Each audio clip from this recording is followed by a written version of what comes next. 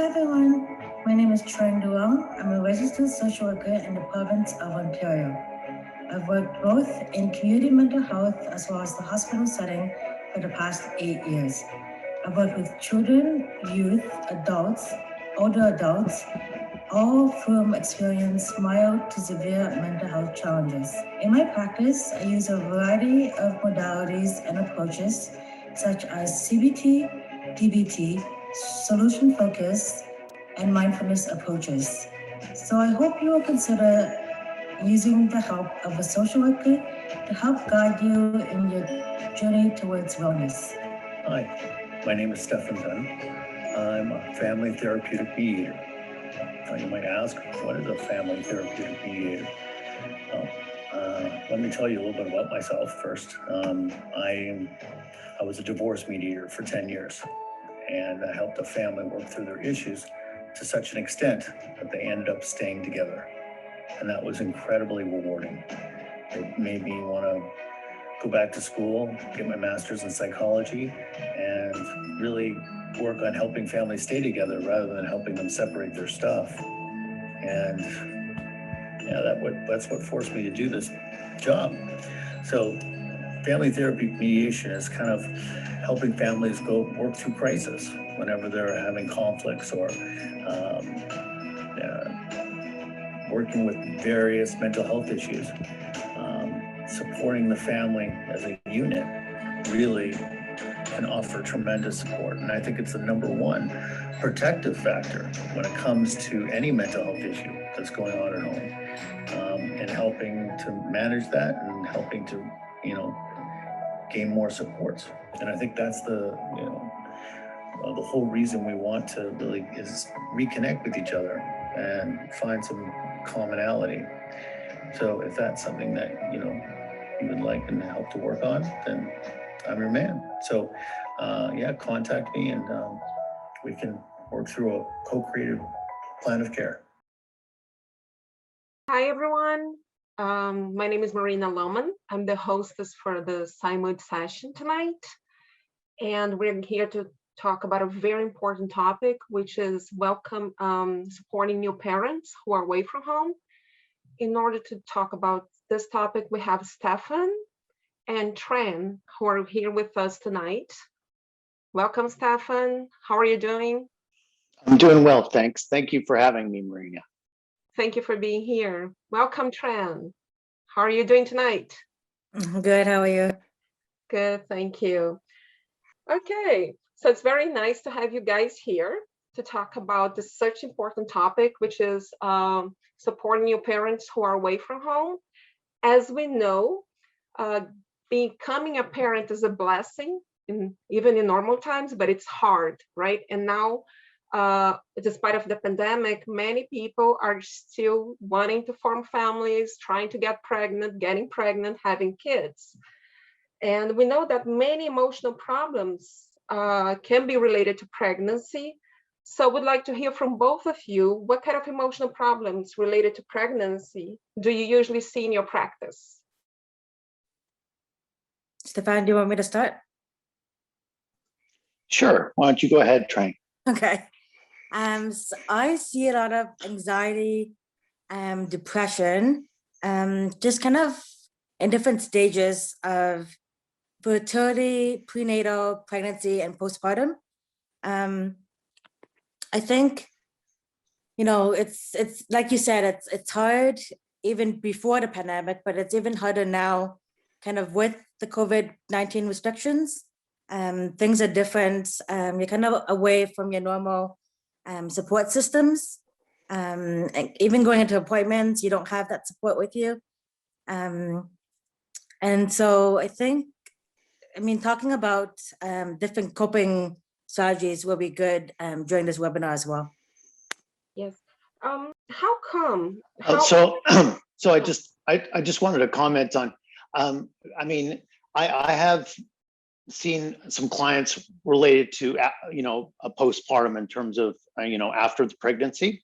And, due to lack of sleep, conflict can be elevated and couples can feel neglected, unappreciated, or unengaged. And this can precipitate conflict. And while the defenses are down, the emotions are high, and things can be said that are felt in the moment, or maybe even intended to hurt the other because they feel hurt themselves. So yeah, I think that's some. Go ahead. And what you're saying, it's very important, I find, because this can happen in different stages of pregnancy, right? It happens before, when the couple is actually trying to get pregnant, and they're going through also the anxiety of getting pregnant. It happens during the pregnancy because it's a new thing, the body is changing, the lack of energy, and it happens right afterwards. So right. Let's focus first on the before, right? When couples are trying to get pregnant, what kind of anxiety issues come up that both of you see? So it can be a variety of different things. I've seen a lot of people kind of worry about even, am I going to be able to conceive? What if I'm not fertile enough to be able to conceive? All my friends and family members are able to get pregnant. Like, what if I can't? If you're going through kind of fertility treatments, that in itself is difficult. And so you have all these anxieties about whether the fertility treatments are even going to work, right? Because in Ontario, I don't know about the rest of the world, fertility treatments are not covered. So you're kind of paying out of pocket expenses for something that may or may not work. And Trent, how do the couples usually handle the situation of all this anxiety that arises from not knowing if they're going to be able to get pregnant or what's going to happen? I think it takes a lot of kind of being able to communicate with each other, being able to manage your own kind of stress levels, kind of increasing coping strategies, right? Whether that's individually or as a couple. So those are kind of the things that kind of mitigate a little bit of that anxiety. And I think anxiety can be normal, right? Even if you're trying to conceive, but it's also can become a problem if it's kind of overtaking all the other aspects of your life. And Stefan, in relation to the couple, how can you improve this communication that Trent's talking about? What suggestions would you give to the couple? Well, I mean, obviously, in terms of enhancing the relationship or strengthening the relationship, I mean, I think,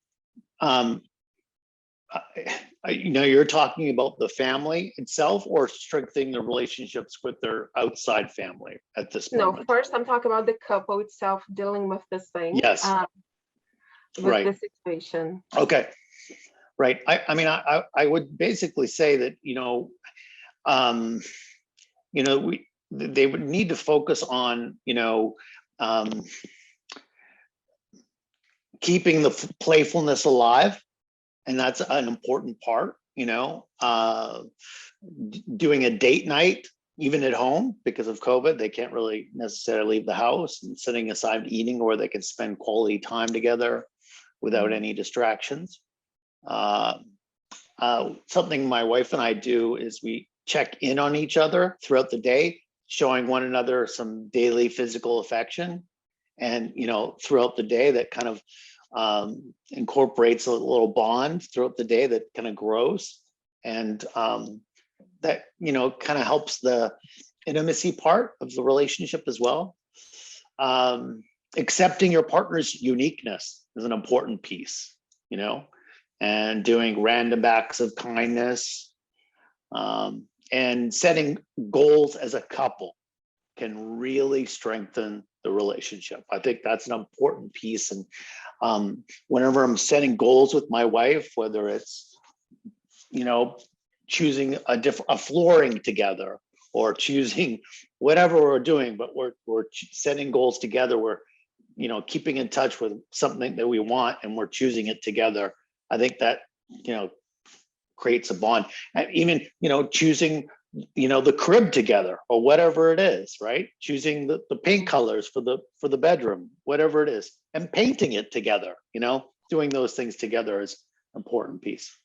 I think what you're saying right now is very important, because what I see during the practice, and if you don't agree with me, please feel free to say so, is that during this period in which people are actually trying to get pregnant, they let the anxiety take over them, and they forget to bond.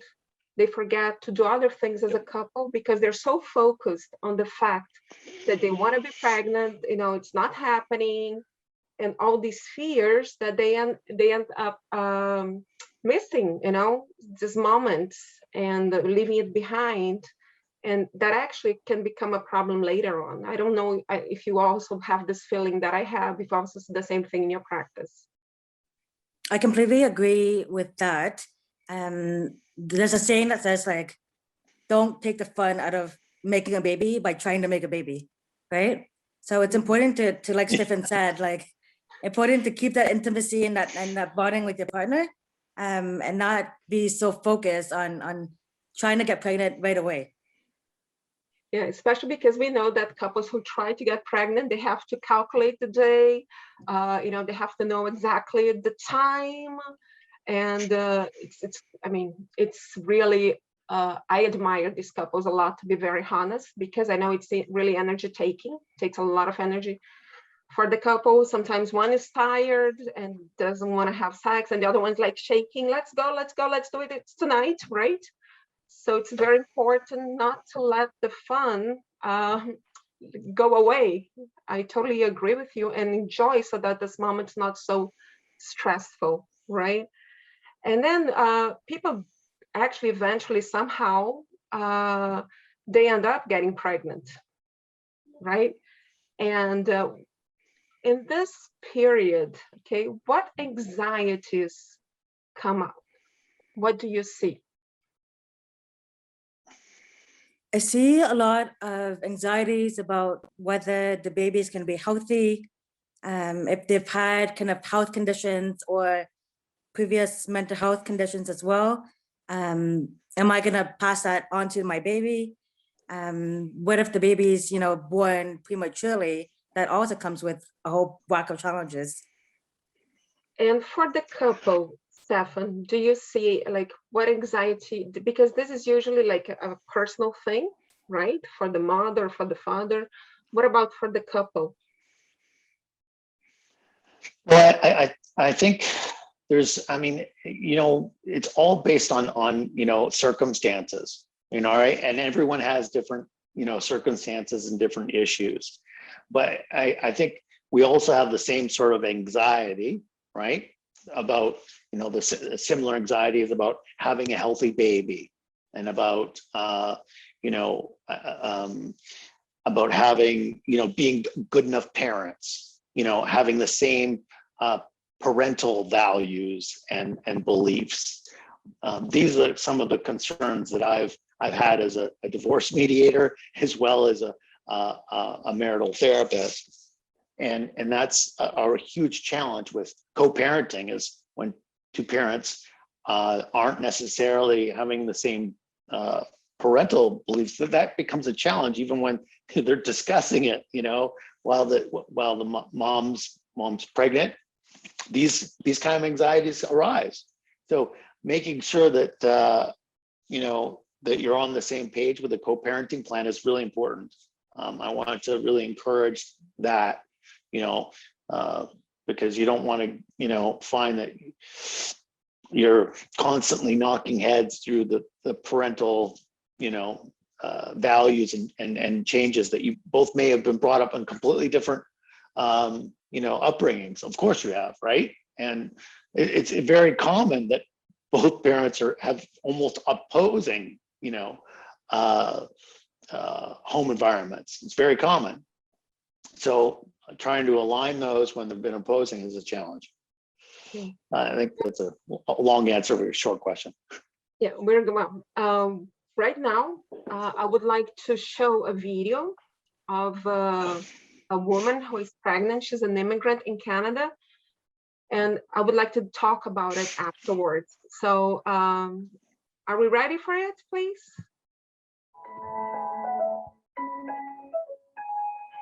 Hello, I'm Anna. I will share with you a little bit of my story here in Canada, Ontario particularly. We're originally from Brazil. We moved to Ontario more than 10 years ago. We're now Canadians, but we have our kids here. I came with my husband. We have our kids in Ontario. And when you don't have family, it's very hard. Have no support.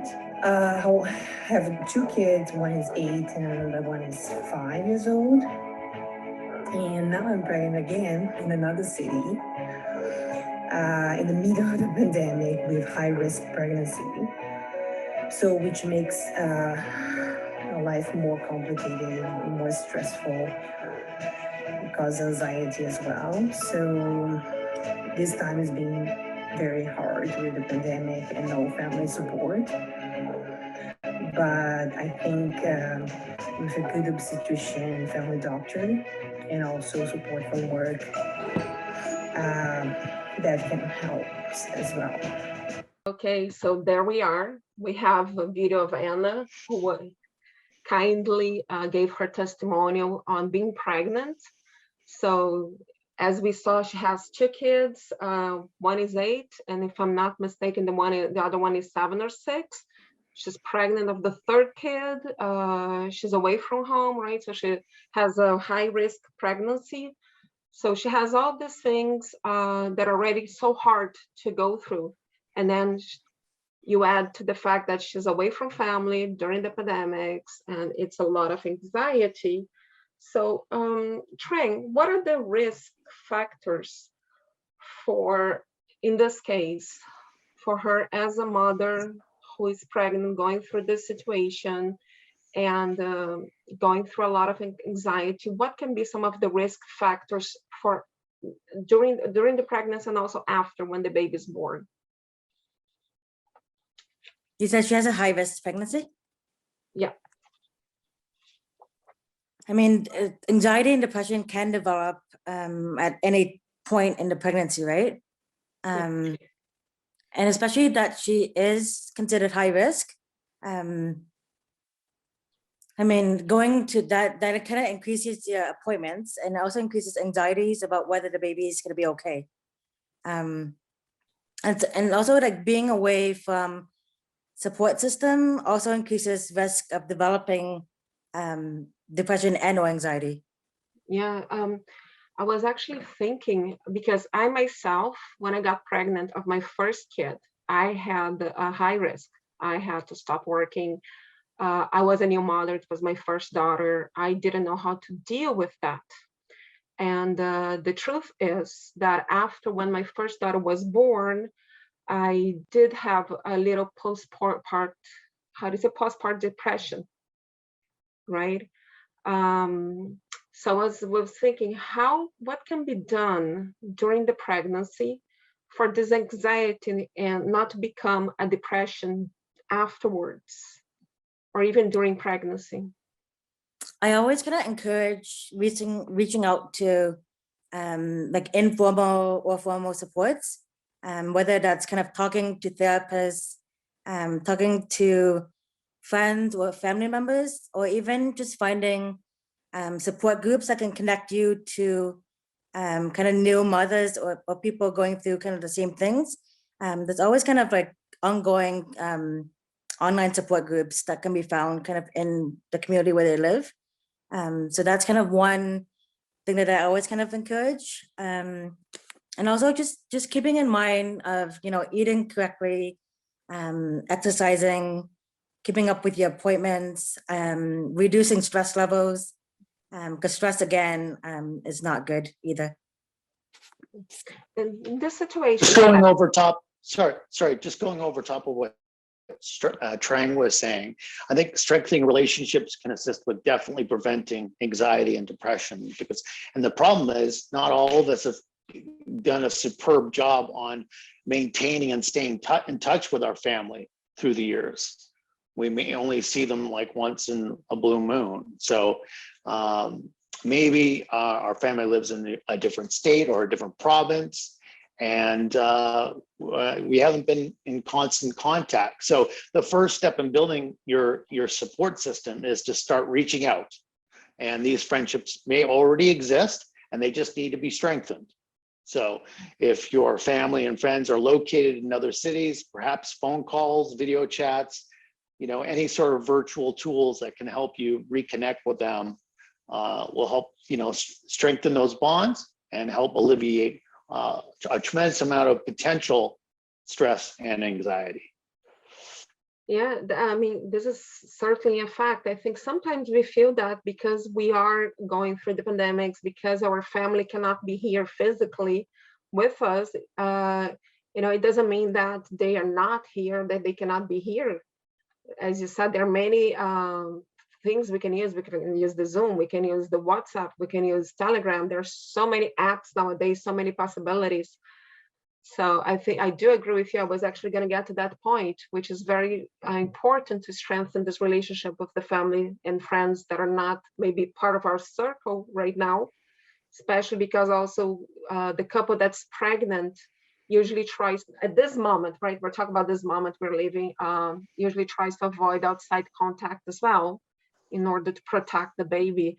But what about the husband in this situation? For example, Anna, in this case, she's married, she has a husband, right? I mean, it doesn't need to be a husband, it can be a partner. What can the partner do to support the person? Sorry, just a prompt just came on my, sorry. Well, I mean, husbands can obviously support their wives. I mean that's one of the things that they can do. I think one of the biggest things that fathers can do to support is read up on fatherhood, right? Well, in terms of how they can support their wives would be become more involved in the pregnancy as much as you can. Spend extra quality time with your partner. And start helping more around the house. Those are three good things. Definitely. That definitely. And that I know I should have said the last one first, but I left it at the end for a reason. It's because it's the most important, and it is.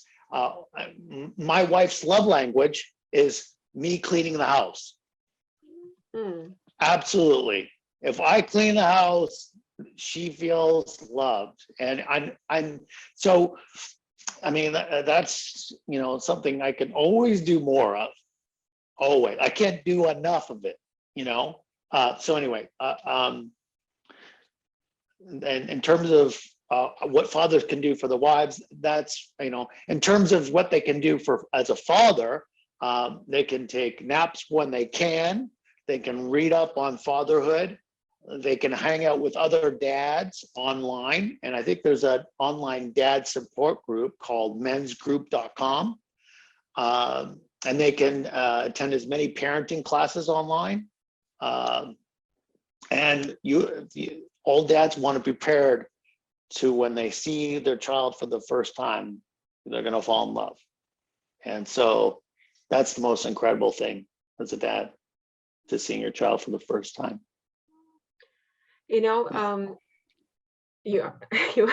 actually lost my words right now because you were so emotional saying that, and it's true. I can say as a mom, I know how good it is, the feeling of seeing your kid for the first time. But going back to being a father, like helping as a husband, we were laughing, Trent and I were laughing when you were saying cleaning the house, but sometimes men, they have no idea how much that actually helps the woman when she's pregnant. I mean, again, I don't want to focus on a homo relationship. I mean, the partner, the other one who is not pregnant, that's really helpful because the person who is carrying the baby is already worried about so many things, that it's a good sensation. Actually, it's, as you said, it feels like a caring act towards us when we are bearing a baby. So sometimes people say that, they take it as a joke, they laugh, but they have no idea how really important it is.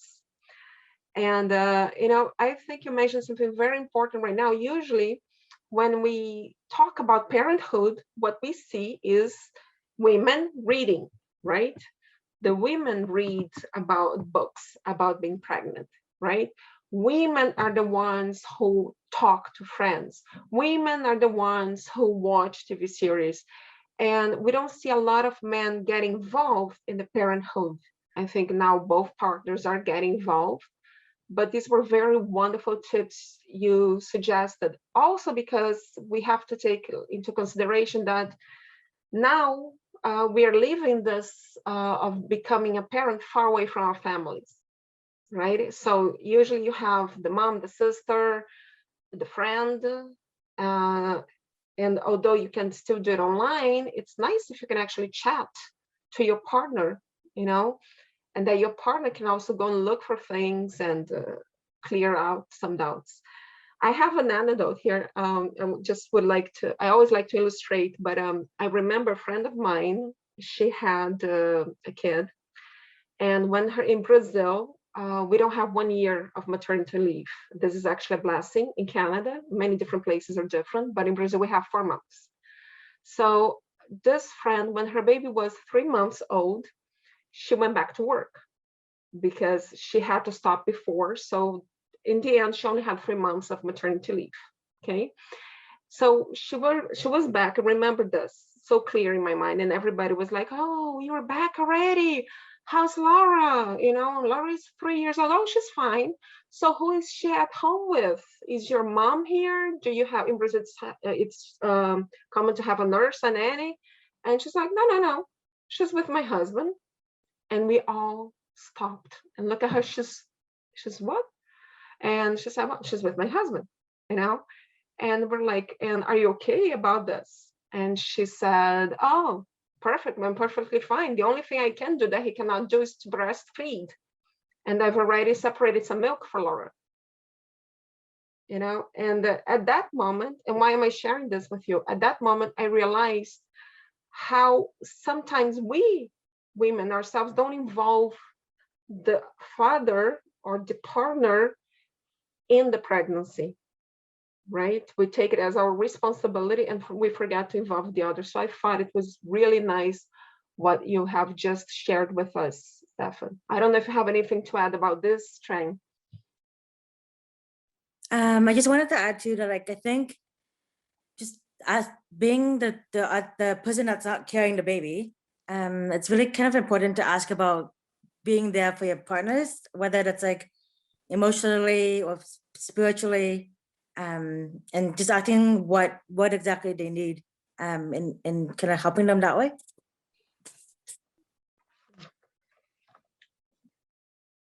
Stefan, you are a man. Yes. You're a man, you're a therapist. What kind of yes, I'm nodding because everything Trang is saying is completely on the mark, right? Yeah, absolutely. No, I know, but my question for you is what do you see among your friends, your clients? What are the things that men fear about parenthood? Well, not being a good enough father is probably the biggest thing, right? Just being just like their dad. Not, not that everyone has a bad dad, but as being a father, you want to be better than your dad, right? You kind of want to be a better dad than your dad was. You want to, do things that your dad didn't do with you, or you want to be, I don't know. There's just always something that, you can improve on, unless you had the perfect dad, which I haven't heard yet, but I mean, there may be one out there. There's got to be. So that's the thing. I mean, everybody has a different perception of what dad is, and everyone has a different experience. So, but I think that's the biggest thing for fathers is just,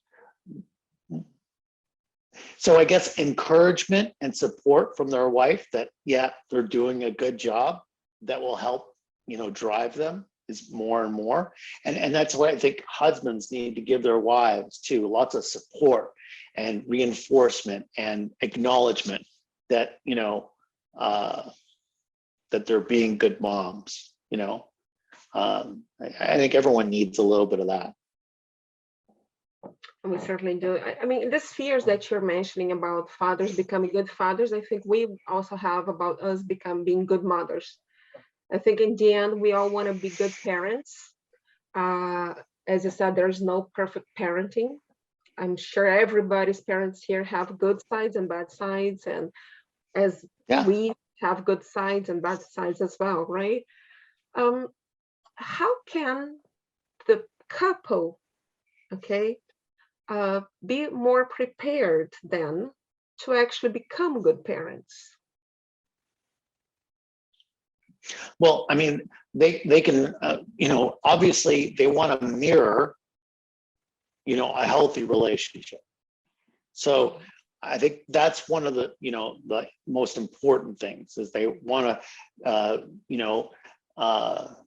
be transparent and vulnerable with their emotions, and I think being vulnerable when you're, and this is the thing, how they can support each other as well, because supporting one another is so important during this time, especially with lack of sleep. And, there's all these things that happen when you have a newborn, right? Just to stay, connected to each other is a challenge. So I think it's important for the husband and wife to nurture one another and give each other the support. And when a husband or a wife is feeling like a little bit worn down, they need to tell each other, listen, I feel I'm like my tank is dry. I just need a little bit of a break, for you to take over for just a little bit so that I can, refill my tank, whether it is, get some sleep or whatever it is, or have something to eat if you could look after the baby or whatever it is. So it's important for us not to feel like we have to be superhuman, to recognize that sometimes we just need a little bit of a break, and being vulnerable enough to share that with each other, and for the other parent to step up in that moment and go, yeah, and being able to say, yeah, I can help you out here. I'm gonna make sure that I help you look after you, and I will look after the baby and cook dinner or do whatever needs to be done in that moment. That can be a really supportive way that both parents can support one another through that process as well. And being transparent and vulnerable in those moments can help model a very healthy relationship that the child's going to grow up with, right? If you're modeling that healthy share and that vulnerability, the child's going to see that growing up and gain that insight through their relationships with other people. I think this is like the ideal scenario for sure, being supportive of each other, helping each other out. But we know that it's not easy for many couples to do that. And especially I'm always thinking about the context, right, of PsyMood especially. We know that parenthood for itself, it's not easy to do that, to support, to be vulnerable. As a couple, we need to really work it out. Then you have also the vulnerability of being immigrants in another country, which adds to the vulnerability of being a parent, right? How can therapy help this couple in this situation? How can going to a therapist actually support couples? Trang? I think go ahead, Trang. On an individual level, just being able to kind of identify your emotions, your thoughts, and kind of maybe what you're struggling with, that can really help just kind of get different perspectives on things. And I think like going to a therapist, it's a different kind of viewpoint, right? because like if it's great to kind of be able to speak with family and friends, but just having somebody who's kind of neutral, maybe not necessarily knowing the whole situation, that can really help open up somebody's kind of emotions and feelings.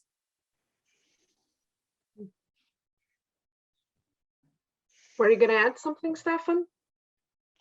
Sure. I mean, it's important to for partners to take a breath and recognize that we need to give each other, give one another and ourselves a break, and it's important to focus on supporting one another and finding ways to surprise one another with kindness and gentleness. And although, as you said, this can be really challenging on 2 hours of sleep. So, what can we do? Well, we can just do the best we can and surrender when we need a break. And that's when we share with our partner, right? You're being vulnerable and it's too hard and you need a little bit of a break, and you're modeling that atmosphere to your newborn. That's the kind of, that cycle. So we're just going to do the best we can and surrender to the rest. That's all we can do. Something that worries me, and actually I'll tell you, because I've lived this experience of being a mom, right? And one thing I find is that people always tell us how great it is to be a parent, and people never tell us the truth. It's not always that. No, let's be honest, okay? And I find it, you're laughing, but I find it very dangerous not to say the truth, okay? Having children, okay, doesn't matter how these children come to us. If we choose to be parents for adoption, if we get pregnant, if we plan, if we're not on a plane, it's for sure a blessing, right? That really changes our lives. But people forget to tell us about the nights we're not going to sleep. People forget to tell us about all these fears that we have, that you mentioned, that, of becoming a good parent, and how strong it actually becomes. And that's what I mean, like when we talk about the baby's there, oh my God, I have to be the perfect mom, or I have to be the perfect dad. I have to be the perfect parent. This is very, nobody talks about this. Nobody tells us that, no, you don't want to stay with your kid 24 hours per day. Sorry, you want to have your time too. You want to sleep. You want to do something for yourself. So yes, it is a big blessing for sure, no doubt about it. But we have our fears, and I find it, and I'm mentioning this, okay, because I've seen lots of suffering during my practice, and even when I became a mom, to accept that this is something normal, and that it's important to bring and to talk about these fears and not to be afraid of. And that's where I think the therapy space really comes in, because you're not going to tell your friend, or you're probably not going to tell your partner, that, hey, I'm not so happy about the situation right now, about this moment, or I need a break.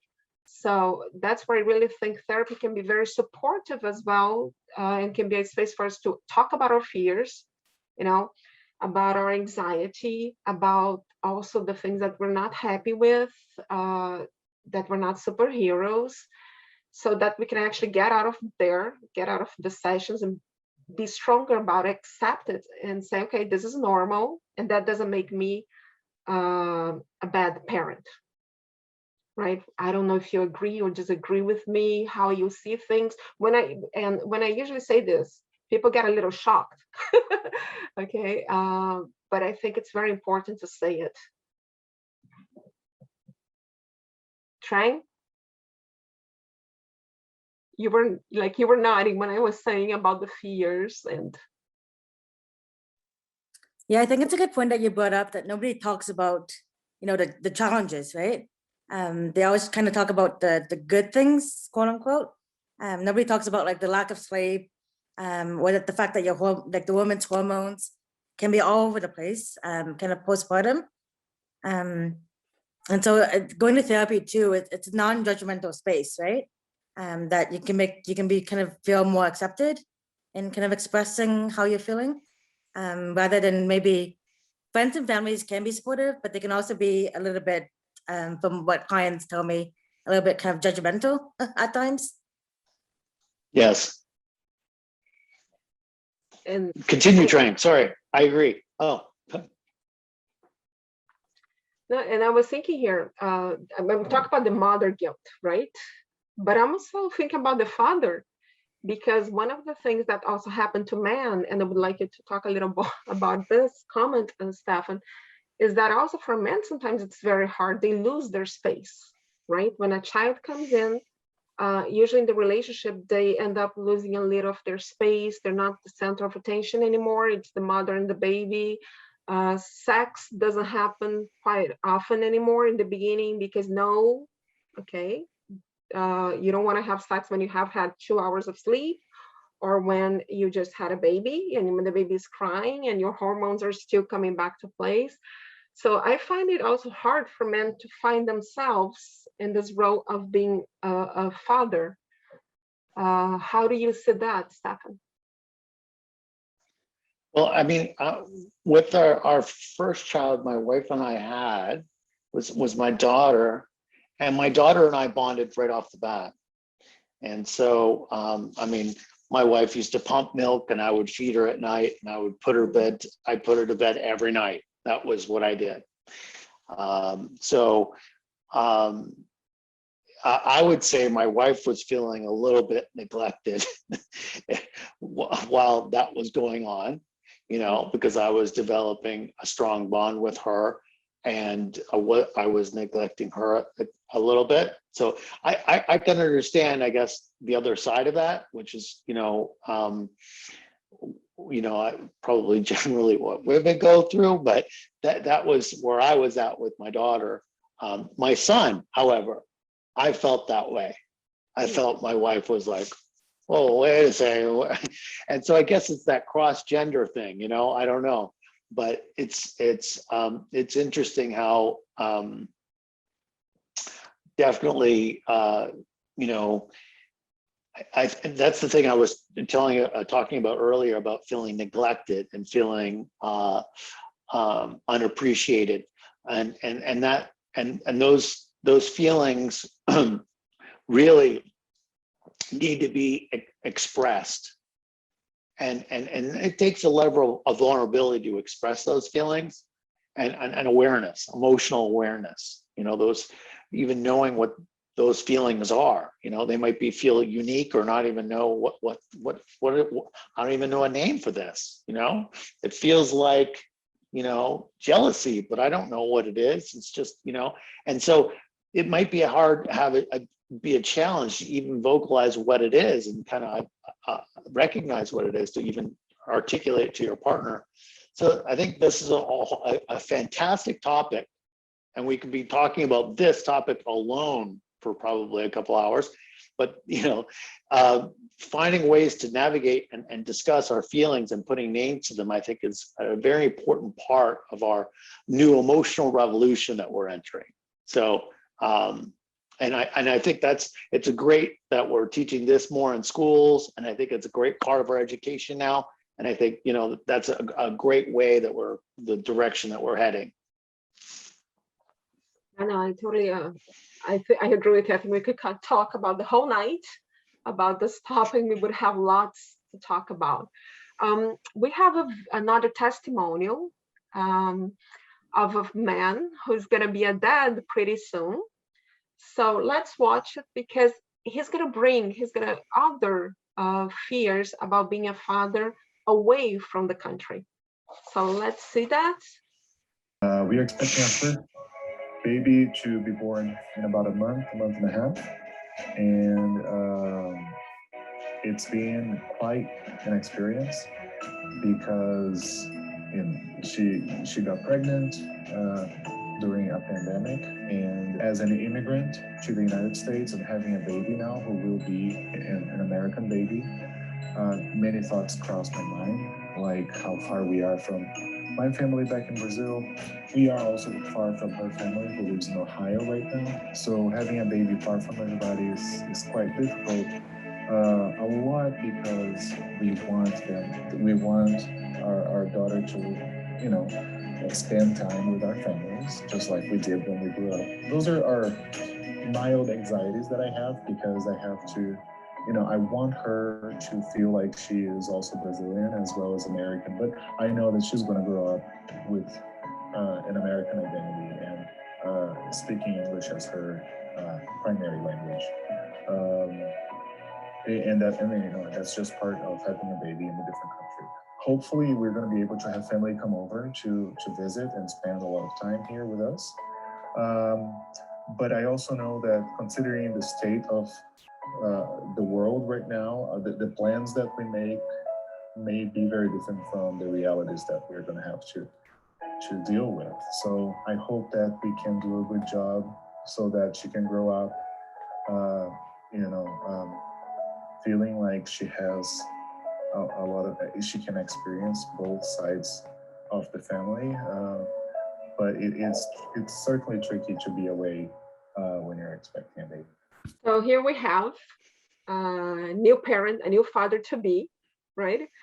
Who has all the anxieties of becoming a father, supporting the wife, and on top of being away from the family, and on top of that, keeping the culture, right? And how is he going to raise? Like, I hear him and I see him questioning himself. How is he going to raise this kid with the values of his culture, but then again, with the values of the country where this kid is growing up?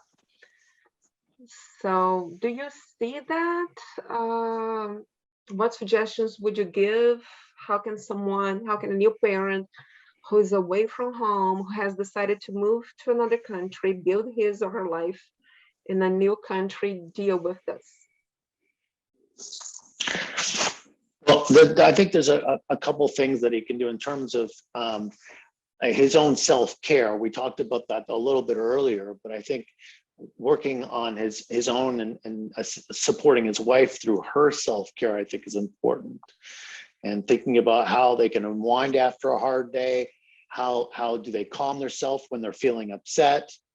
That looks different for everyone. So you got to prioritize self-care, whether you're writing a journal or doing some artwork or spending time with your pets, your partner, or your children, setting up a meditation nook, or setting a time each morning for a quick run. All these things can help with self-care. Of course, eating well and not drinking coffee after 1 o'clock is also a no-brainer, but many of us still do, and so that's why I'm drinking pop. Not that that's a better option, but at least there's no caffeine. So that I think those are all things that we need to kind of put attention on when we're in a stressful, full of anxiety situation. So what I think during those stressful times, the other component is supporting, reaching out to family.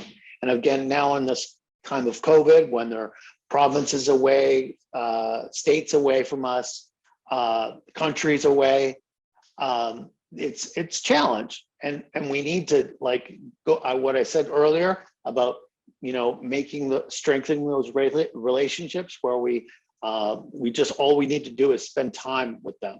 And we can do that virtually now because we have this incredible thing called Zoom and called Messenger and FaceTime and all those different platforms that we can communicate face to face. In fact, this Christmas, I had my whole family, my family's large, and we had everybody on that.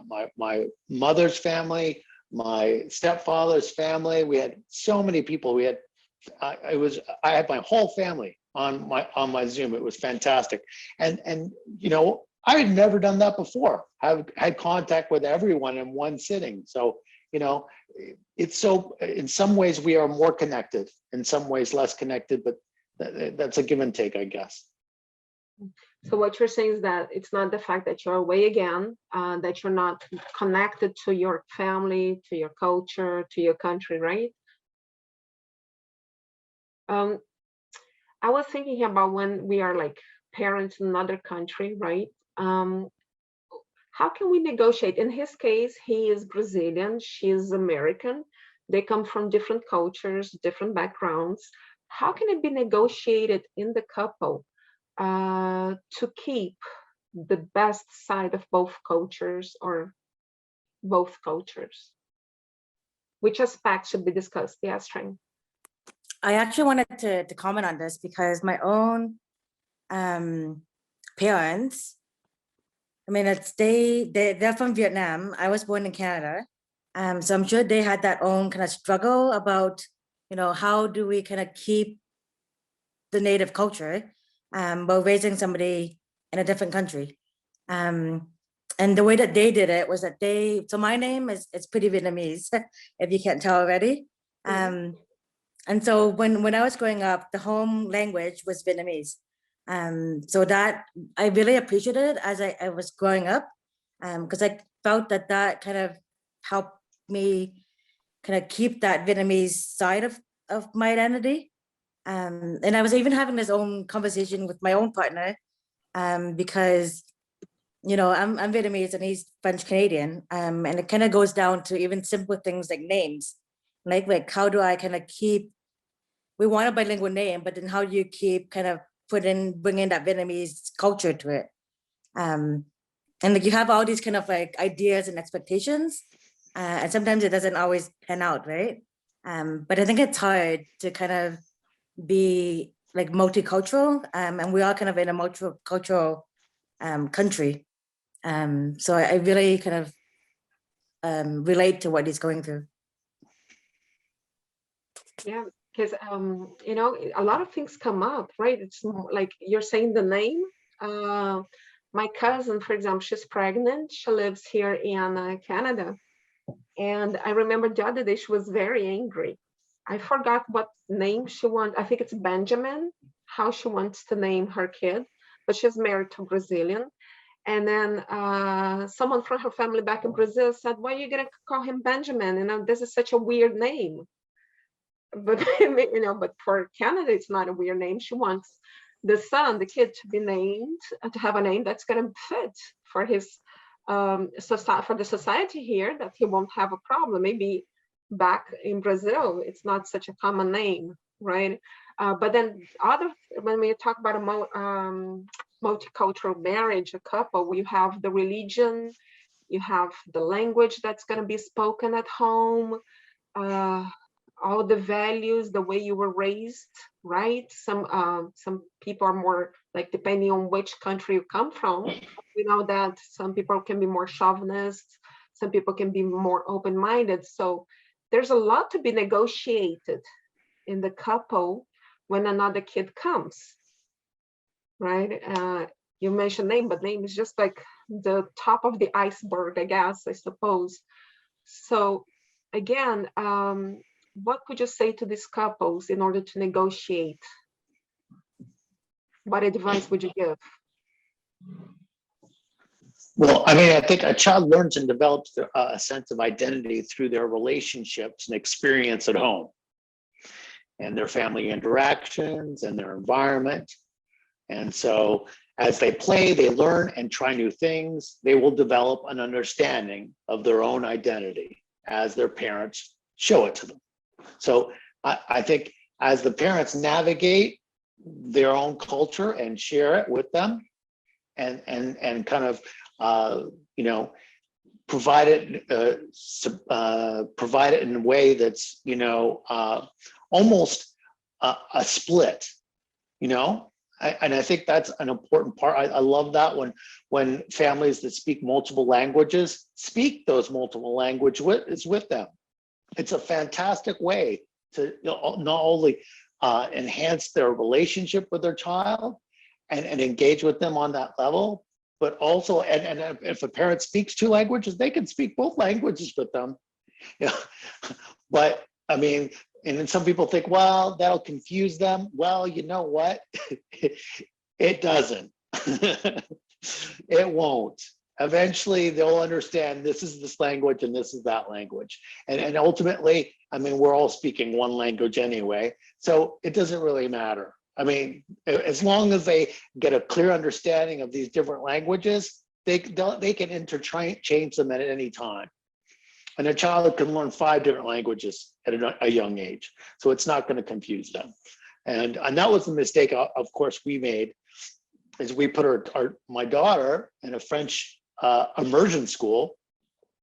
And then we put her to an English school. Well, we should have kept her in the French immersion school a little bit longer, because we thought, oh, well, she's going to learn French before she learns English. And I'm going to be talking to her at home in English and she'll get confused in French. What was I thinking? She could have managed those at the same time, but I dropped the ball there, and my own personal interest of speaking English with her was overridden by the fact that she could have been learning French at the same time. Mm-hmm. So I dropped the ball on that one, but I learned. So that's the thing. It's all about learning.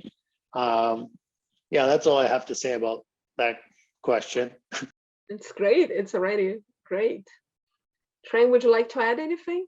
Yeah, I think also just keeping an open communication with your partner, right? About, what you kind of expect and what you kind of hope for. It might not all kind of be, put in place, but at least you have some kind of expectations, so to speak. Certainly. For those, I don't know if you, for those who know me or for those who don't, I have been an immigrant myself throughout my life. I was actually born in Colombia, lived in Pakistan, went to Brazil, went to Italy, came to Canada, went back to Brazil, went to St. Lucia, went back to Brazil, and came here. Okay. And one thing is, as a child, I think one of the things that gave me a sense of belonging was really how my parents told us stories about our family. That, like, my mom would sit and tell me the stories about my uncles, my cousins, her childhood. My dad would talk about his family, and that always gave me a sense of belonging. That's why when I actually went back to Brazil, many times I always felt like I belonged to that place, despite of the fact that I was living in another place, right? And now my daughters, half of this trip they did with me. When I went to St. Lucia, they were young, they went with me. When we went back to Brazil, I was planning on coming here. So I put them in the French school, Stefan, in Brazil, which was a little crazy. At the time I thought, oh my God, okay, what am I doing? But I wanted to prepare them to come here to Canada. When we went to St. Lucia, they went to an English school, right? And now that we've been here for 3 years, they really adapt to the country. But I always make sure to continue the sense of belonging. So when I call my parents, when I call my sister, I always have them on the phone. We have a family group on WhatsApp. So, I think that's really helpful, especially for them, to give them the sense of belonging to a family where they put jokes, they share pictures, Instagram, Facebook. So what I find is, if you can deal with, sometimes I feel guilty, of course, and I think most parents do, of raising their kids away from the family. But when we accept our choices, when we know why we chose to be in another country, and we deal with our guilt of being in another country, then we find resources also to keep connected to our loved ones, which is really, really helpful. So don't feel bad, though, about having changed your kids.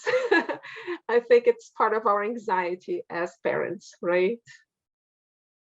I would like to thank you very much for tonight.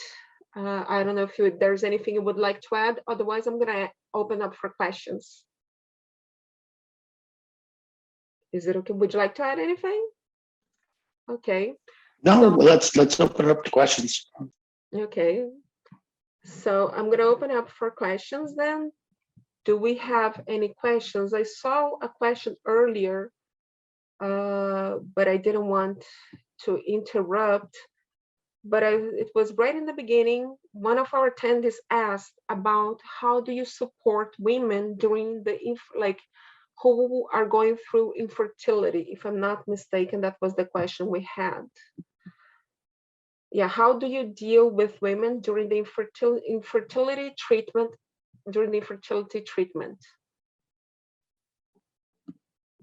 Trang? Like through your partners or through like therapists?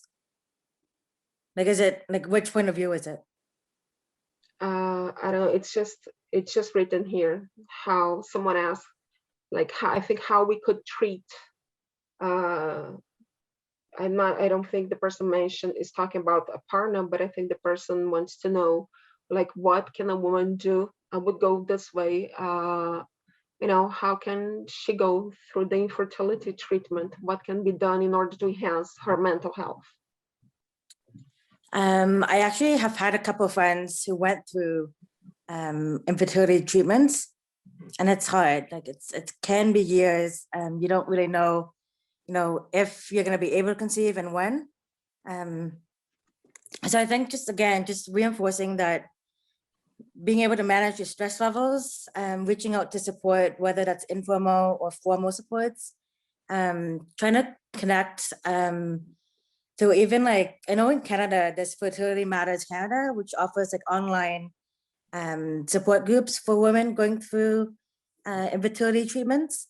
So that is kind of one way to kind of connect with others kind of going through the same thing, which can also then kind of help with mental health as well, kind of to lessen anxiety and stress levels. And I would say too, kind of like on like a family, friends, like therapist level. I mean, just supporting the client going through infertility, and just kind of reassuring them too that, it is difficult, and it can be a long journey, but there can be kind of rewards eventually, right? And that's kind of to keep that hope going for clients is really important, because people going through infertility treatments can start to lose hope that they're going to be able to conceive. I have nothing to add. I think hope is what keeps us moving, and it's very, very important to be supportive. Would you like to add anything, Stefan? No, I think Trang did a great job on that question. Mm-hmm. There's another question here that I see. Can men have postpartum depression? And if so, what are some of the causes and signs? Actually, in efforts to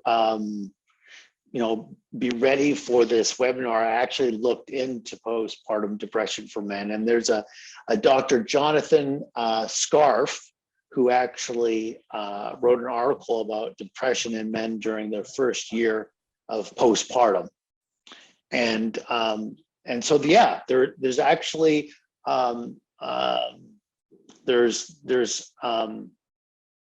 men can be diagnosed with postpartum, and the risk factors include a history of depression and either parent. So poverty and hormonal changes. It might be associated with anxiety disorders and can be adversely affect the father, the family unit, and the developing child. And of course, and the treatment includes psychotherapy and pharmacology therapy, or pharmaceutical therapy. Mm-hmm. Yeah, I was actually, like you, I was reading about postpartum depression, and I didn't know. I must confess that I was very surprised to find out about men having also postpartum depression, because that's something we don't talk about. So thank you for mentioning it, all these treatments that can be done. We do have another question here about LGBT couples who are expecting a child. How do they go through this? Is it the same thing?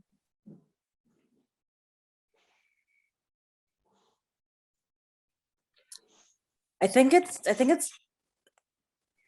can be the same, but it can also be different. Because I've seen kind of both. So I've seen like men and men trying to have a baby through like adoption or surrogacy. And I've seen kind of women and women going through kind of infertility treatments to try to conceive. And I think like emotion wise, I mean, there are differences and some similarities in that they all kind of experience kind of the same anxieties, right? Like it's all kind of about, you know, like being a good parent, like keeping the baby safe, kind of being good role models to the child. But there are kind of different challenges in that they have kind of more kind of, I don't want to say obstacles, but more, it's more difficult to have a baby, right? And yeah, Stefan? Yeah, no, I was going to say pretty much the same thing. I think try and hit it right on the head. I think that's the challenge is with, I mean, I actually personally haven't seen or had any clients that were of the same sex through adoption. But that doesn't mean there aren't any, there's lots. And so, you know, and yet, I think many of them may be more private, and maybe that's why I haven't seen them. I don't know, but that could be, you know, one of the challenges, as Trang's saying, is that the privacy component may be a factor with them as they're sharing those emotions and feeling safe enough to come to people and get the treatment that they may need. I think that's an important thing, and we all need to get on board and know that, you know, no matter, you know, whether you're straight, gay, lesbian, whatever you are, everyone requires support. You know, especially when they're stressed and full of anxiety and depression, and everyone is entitled to support. So, I mean, everyone needs to know that they're, you know, that we're here for everyone at PsyMood. So, yeah. Yeah, well, very well said. I've seen in my practice as a psychologist and in my social network, and of course, the anxieties are all the same. It doesn't change. We all want to be good parents. We all want to do a good job. We all have the same kind of couple conflict. And that's why during PsyMood, I was trying not to say husband or wife, but more partner, because it doesn't change.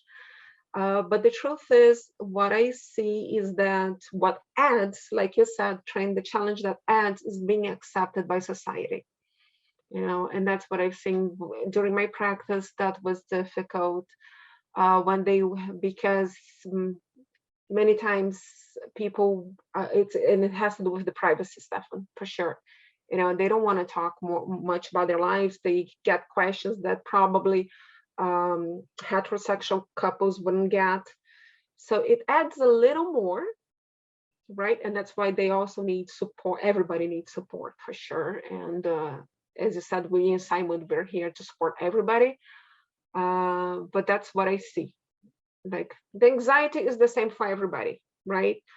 For everybody. There was another question here about also adopting, if there was a difference, and I can share this with you from my practice as well. No, there's no difference. Well, the difference then is more about the future, the anxiety for the parents who decide to become parents that are going to adopt is about the future, about how they're going to talk to their kid, you know, how they're going to communicate, how, if the kid is going to accept them in the future. So these are some of the issues I see, but also there are many wonderful supporting groups, many therapists who work with the family, many family therapists who work with adoption that really help. I don't know if you've ever had that in your practice, any adoptive kids, adoptive families. I guess families are, in the end, families, we're all the same, right? I mean, what I think is, the bottom line, I think is, doesn't matter where we come from, what our background is, what kind of family we are, We all have the same fear, the same anxiety, and we all want to be the best parents we can be and leave the best children we can, raise the best children for this world we can raise. So, well, we're coming to the end. I would like to thank Stefan and Tran again, and I would like to remind everybody that you can, at PsyMood, you have a free intake session with any therapist. So it's usually a 15-minute intake session that you can have to see if you match with the therapist. And we also have a promo code that has been put in the chat. It's 100% it's 100% off for the first paid session. So I suggest you go to our platform, search for the type of therapy you would like to have. Take a look at our therapists. We have wonderful therapists such as Trang, such as Stefan in our platform, and I'm sure you will find one that matches you. Stefan, thank you so much again for being here with us. Trang as well. It was a very enriching conversation, and I hope to see you more often. Thank you very much. And thanks everybody who was here with us tonight as well. Take good care of yourselves.